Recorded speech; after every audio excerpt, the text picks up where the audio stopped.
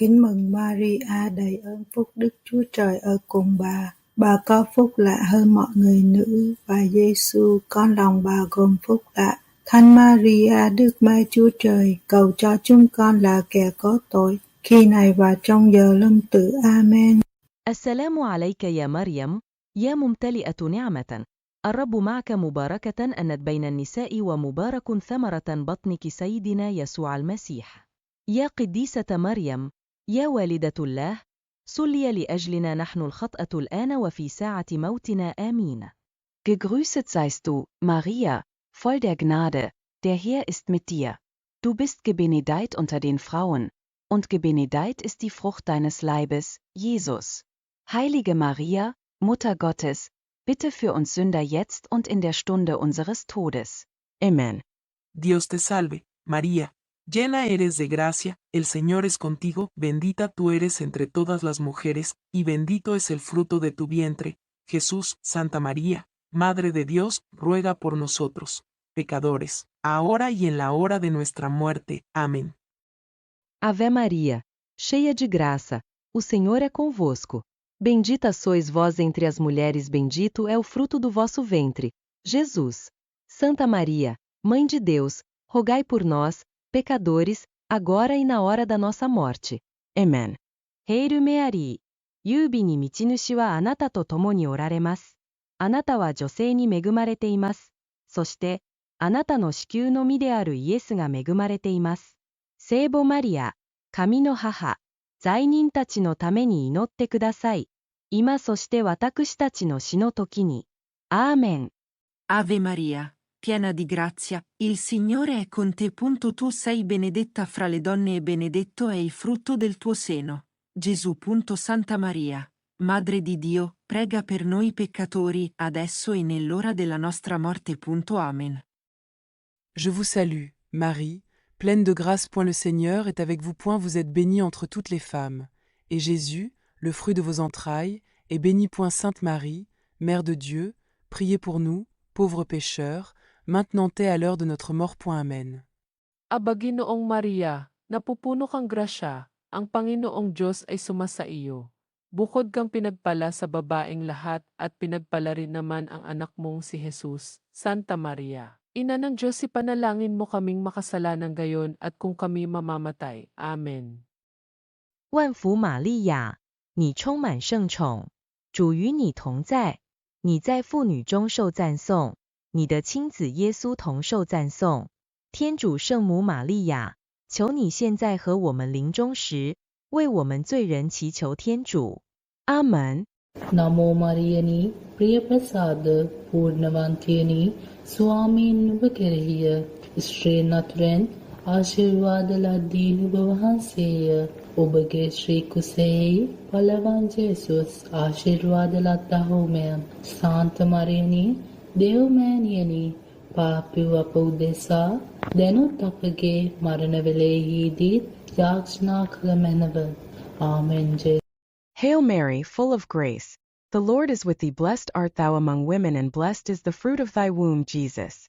Holy Mary, Mother of God, pray for us sinners now and at the hour of our death. Amen.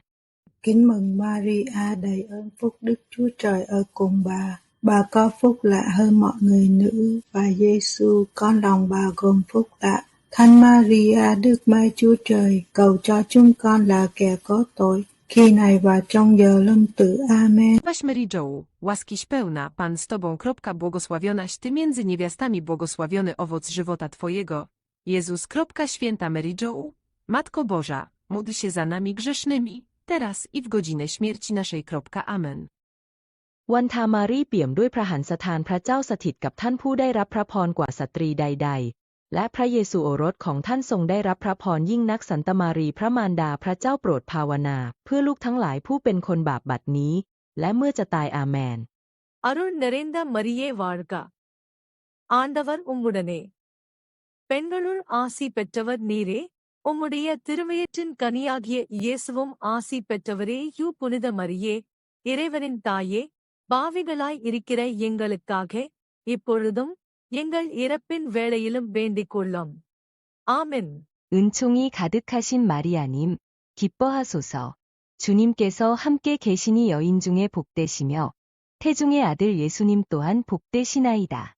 천주의 성모 마리아님, 이제와 저희 죽을 때에 저희 죄인을 위하여 빌어주소서. 아멘. ពិតព្រះនាងម៉ារីជាទីគប់ព្រះឫទ័យព្រះជាម្ចាស់សូមព្រះនាងមានអំណរសប្បាយព្រះអង្គគង់ជាមួយនាងព្រះអង្គបានប្រទានពរដល់នាងលើស្ត្រីទាំងឡាយហើយទ្រង់ក៏ប្រទានពរដល់បុត្រព្រះនាងដែរសន្តិម៉ារីជាមាតាព្រះម្ចាស់សូមជួយអង្វរព្រះអង្គឲ្យយើងខ្ញុំជាអ្នកបាបនៅពេលឥឡូវនេះហើយនៅពេលស្លាប់ផងមែន प्रणाम मरिया कृपापूर्ण प्रभु तेरे साथ है और धन्य है तेरे गर्भ का फल यीशु प्रार्थना कर हम पापियों के लिए अब और हमारे मरने के समय आमीन.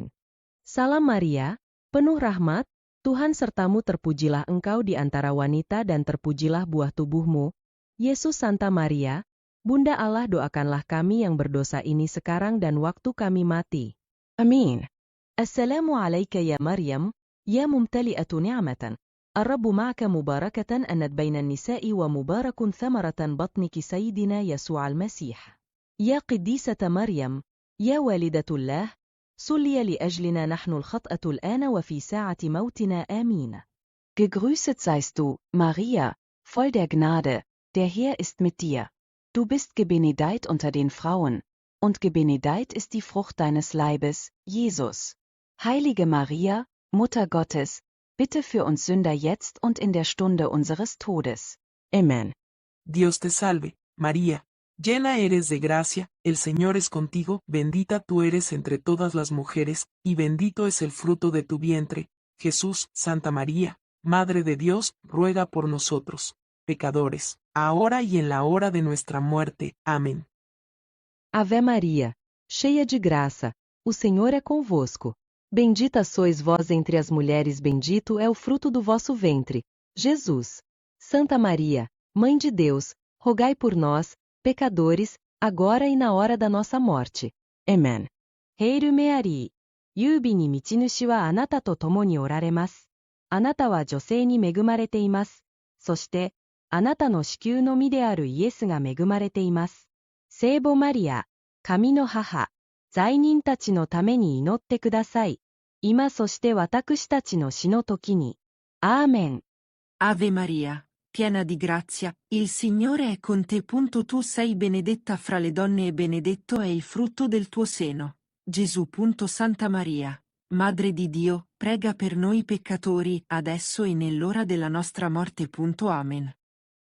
Je vous salue, Marie, pleine de grâce. Le Seigneur est avec vous. Vous êtes bénie entre toutes les femmes. Et Jésus, le fruit de vos entrailles, est béni. Sainte Marie, Mère de Dieu, priez pour nous, pauvres pécheurs, maintenant et à l'heure de notre mort. Amen.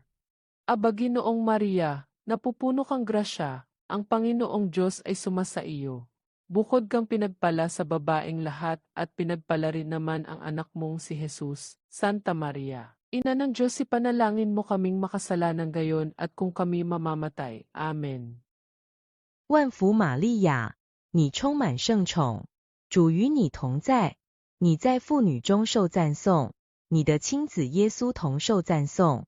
天主圣母玛利亚，求你现在和我们临终時，為我們罪人祈求天主。阿門。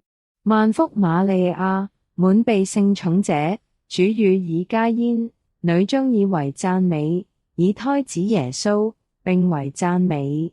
天主聖母瑪利亞，為我等罪人，今期天主及我等死後。阿們。שלום לך, מרים, מלאת החסד, העמך, ברוכה את בנשים וברוך פרי בטנך ישוע.